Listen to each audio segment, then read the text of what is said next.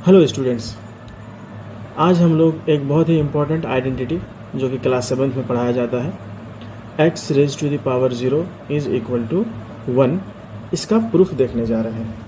ठीक है, कोई भी नंबर x उसमें अगर हम एक्सपोनेंट 0 दे दें तो ये पूरा नंबर 1 के बराबर हो जाता है। जैसे कि कुछ एक नंबर हम लोग लेते हैं 2, 3, 4 या कोई एक दूसरा नंबर 100, इसके जगह कोई भी नंबर 120, कुछ भी, इन सब के ऊपर अगर हम एक्सपोनेंट 0 ले लें, एक्सपोनेंट अगर हम 0 ले लें तो ये सभी 1 के इक्वल हो जाएगा।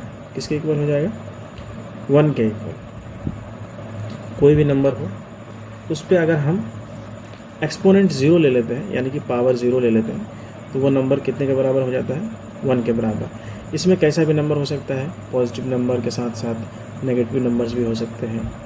इसके अलावा रियल नंबर, जैसे कि कोई रेशनल नंबर हो सकता है, इरेशनल नंबर हो सकता है, फ्रैक्शनल नंबर हो सकता है, कोई सा भी नंबर अगर हम उसमें पावर 0 कर देते हैं तो ये पूरा का पूरा नंबर 1 के बराबर हो जाता है। ये कैसे होता है, आज हम लोग इस आइडेंटिटी का प्रूफ करके देखेंगे। तो चलिए शुरू करते हैं। इस आइडेंटिटी का प्रूफ देखने से पहले हमें दो इम्पॉर्टेंट रिजल्ट के बारे में पता होना चाहिए। उसमें से एक है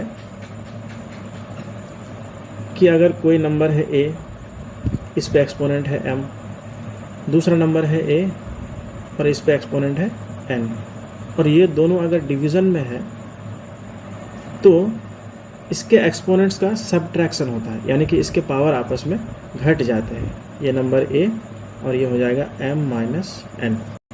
फिर से बता रहा हूँ कि अगर कोई एक एक्सपोनेंशियल नंबर है a raise to the power m और दूसरा है a raise to the power n, तो इसमें अगर दोनों का बेस सेम हो, दोनों ही एक्सपोनेंशियल नंबर का बेस सेम हो, तो इसके एक्सपोनेंट्स यानी कि पावर्स आपस में घट जाते हैं, यानी कि इनके एक्सपोनेंट्स का सब्ट्रैक्शन होता है। ठीक है, पहला रिजल्ट तो ये। दूसरा, किसी भी नंबर को अगर उसी से भाग दे दें, जैसे कि कोई एक नंबर है, हम लोग यहाँ पर देखते हैं, कोई एक नंबर है 5 का डिवीज़न 5 से ही कर दें तो ये 1 के बराबर होता है,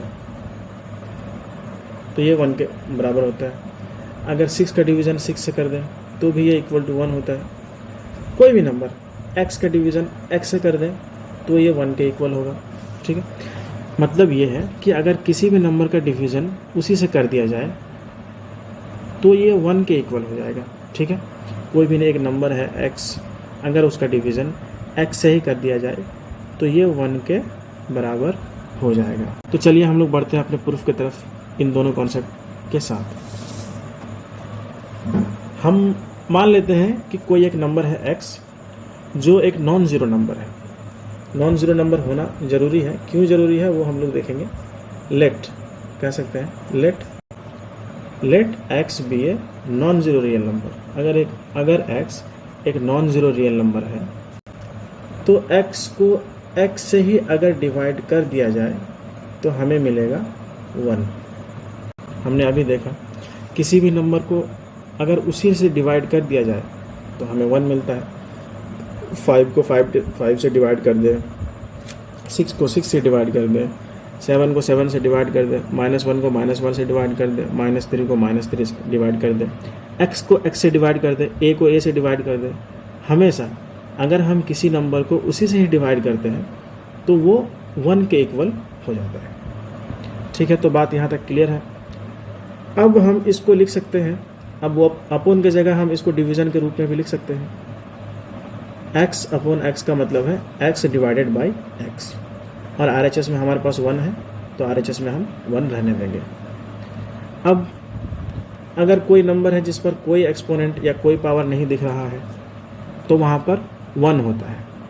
कोई भी नंबर अगर उस पर एक्सपोनेंट या पावर लिखा हुआ नहीं है तो एक्सपोनेंट वहाँ पर पावर या एक्सपोनेंट 1 होता है। तो हम x को लिख सकते हैं x raise to the power 1 divided by x raise to the power 1। मैंने कुछ भी नहीं किया है, जो यहाँ पर x और x थे इसके पावर में 1 रखा है।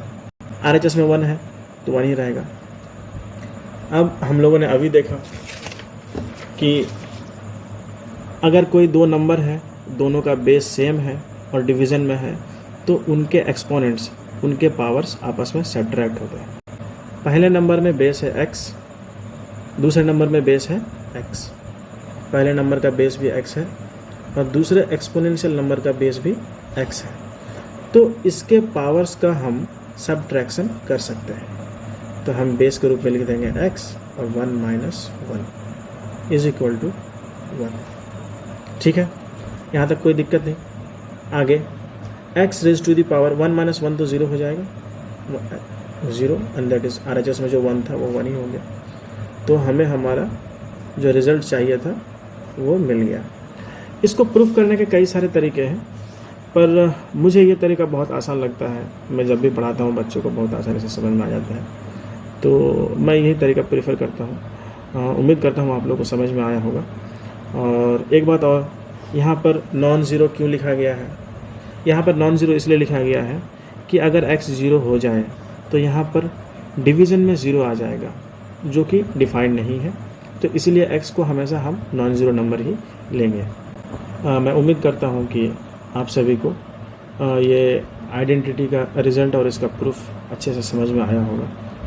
Thank you for watching the video.